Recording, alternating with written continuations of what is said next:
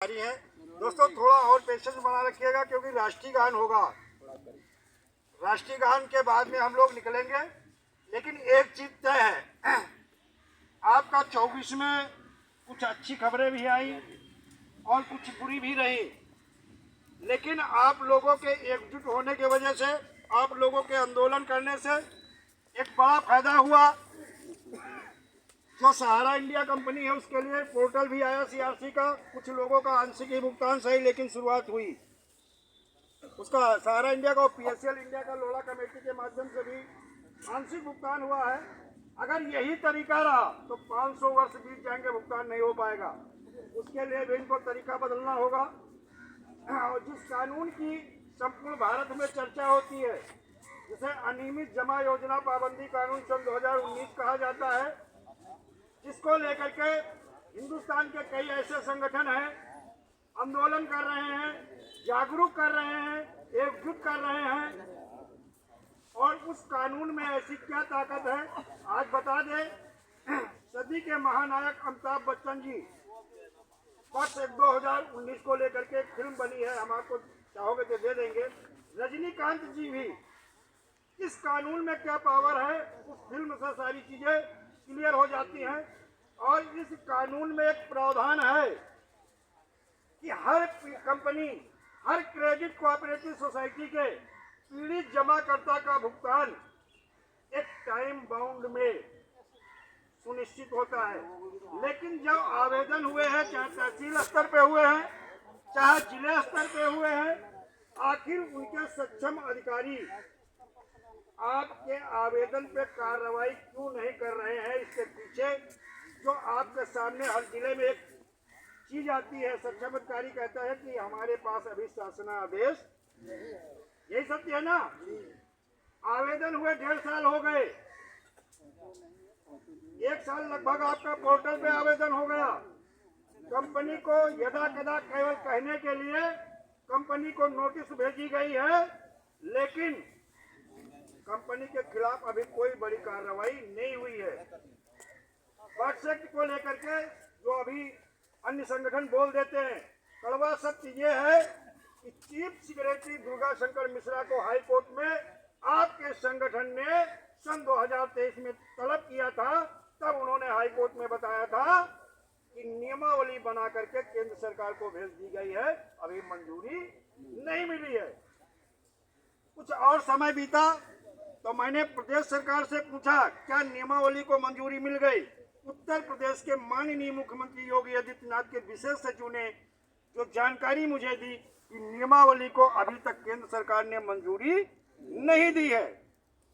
फिर वित्त मंत्रालय, भारत सरकार, सीतारमन जी को मैंने एक लेटर लिखा और सीतारमन जी का जो जवाब रिप्लाई आया बड़ा अच्छा था। और वो ये था कि राज्य सरकार से बात कर ली गई है, बात करने के बाद में मसौदा बना के भेज दिया गया है। अब बजट के तहत राज्य सरकार कार्रवाई करेगी और आपका भुगतान भी सुनिश्चित करेगी। लेकिन बात यही तक नहीं है। राज्य सरकार केंद्र सरकार में गेंद का पाले में गेंद फेंक रही है, केंद्र सरकार राज्य सरकार के पाले में गेंद फेंक रही है। लेकिन ये क्लियर कैसे होगा?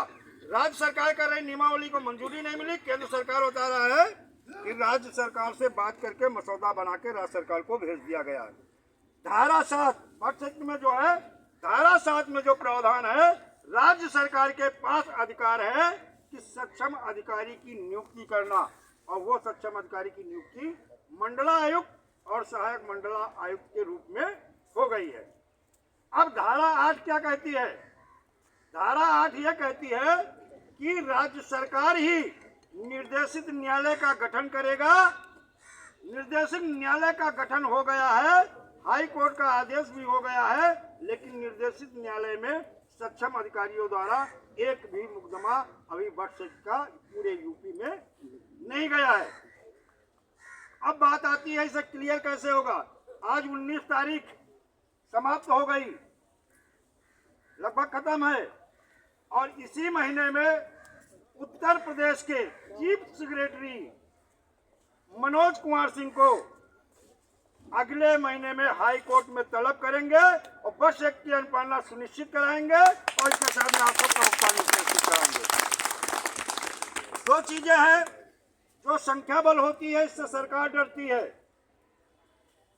और जो हाई कोर्ट सुप्रीम कोर्ट के आदेश होते हैं इस पे केवल शासन और प्रशासन पे प्रेशर बनाया जाता है। जो इनके सक्षम अधिकारी अभी तक आवेदन पे कार्रवाई नहीं कर रहे हैं, मैं गारंटी लेता हूं सन 2025 में शुरुआत से ही इसकी अनुपालना सुनिश्चित होगी और 25 में हर चिट फंड कंपनी और क्रेडिट कोऑपरेटिव सोसाइटी के पीड़ित जमाकर्ता का भुगतान सुनिश्चित ही नहीं मिलना शुरू हो जाएगा। बस फर्क एक इतना है कि हर आदमी, हर बेईमान भी कहता है मैं ईमानदार हूँ, और शायद वही शब्द मैं भी कहूँगा मैं भी ईमानदार हूँ। लेकिन पहचानना आपको है कि कौन ईमानदार है कौन बेईमान है। मैं अभी आपको बता रहा हूँ, पंडित जी देखिए आए हैं जिनके खेतों में कब्जा भी किया गया था, बात की थानाध्यक्ष से सारा सब कुछ हो गया, ये ईमानदार हैं, आए हैं। आज तक उत्तर प्रदेश में लगभग, उत्तर प्रदेश हो या मध्य प्रदेश हो, लगभग मैंने 150 से 200 अभिकर्ताओं को थाने से, चौकी से छुड़ाया है, लेकिन उसमें से अभी तक एक भी नहीं। यही है ना, ये सत्य है। क्योंकि एक चीज जान लीजिएगा, किसी कंपनी का अभिकर्ता हो दोषी नहीं है, लेकिन उसकी जिम्मेदारी बनती है कि जिस तरह से, कोई और नहीं है, निवेशक कौन है, हमारा रिश्तेदार है, हमारे मित्र हैं, हमारे जानने पहचानने वाले हैं, हमारे अपने लोग हैं। हमारी जिम्मेदारी बनती है, हमारा दायित्व बनता है कि हम हर कंपनी